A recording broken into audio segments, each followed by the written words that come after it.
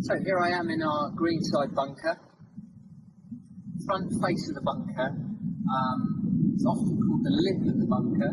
So obviously we need to get the ball high enough to get over the lip, and kind of a nice distance to get the ball out onto the green.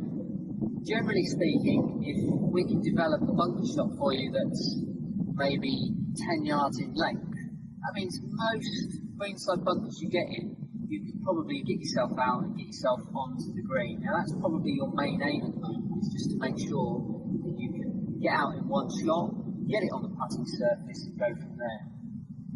So I'm going to give you a fairly simple technique to play a bunker shot. Now, same thing with the grip, fingers under, hand over, fingers under, hand over. Now, we can hold the club pretty much at full length. We don't need to grip down now. So when we play this shot, we're going to try and get the club right under the ball and take some sand as well. Okay, but obviously going right under the ball doesn't mean we're going to try and scoop the ball out. We're going to let the loft of the club do the work. So again, I've got my sandwich here. Typically a sandwich, probably 56 degrees in total. Enough loft to get it up there, no problem at all. So, here we go. So, normal grip. Okay, I'm going to go little step, big step, and then I'm going to take a slightly bigger step with my right foot. So I've got quite a solid base.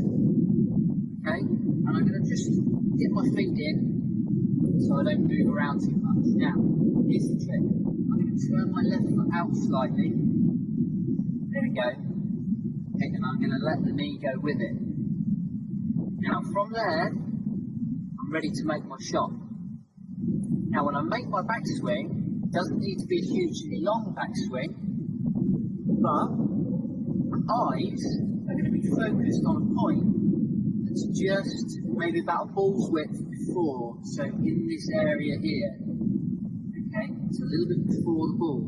So I'm going to try and get the club to enter the sand at that point there. I'm going to try and keep the club head accelerating through to get the ball out.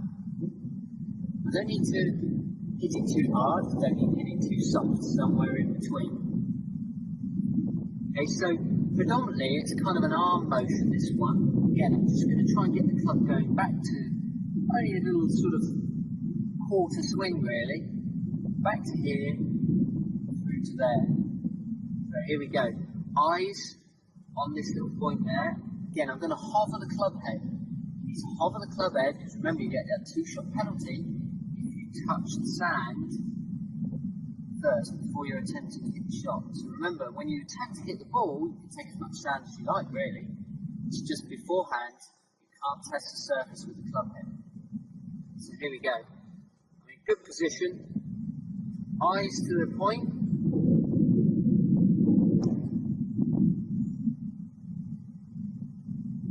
There we go, pretty good result there. Now you can just see my back foot has actually just moved slightly. It's come off its heel slightly. Now that's a good sign really, because with bunker shots, you want to try and make sure that you're always favouring your weight onto the front side.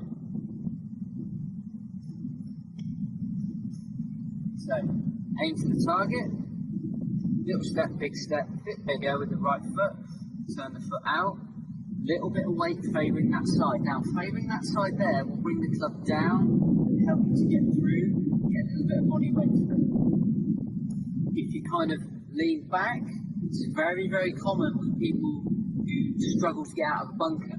They think if they lean back, they'll apply more loft and get the ball out, but all really happens is they start to hit the top of the ball goes straight into the face of the bunker. There's enough loft on this to get the ball out. So we'll have one more go.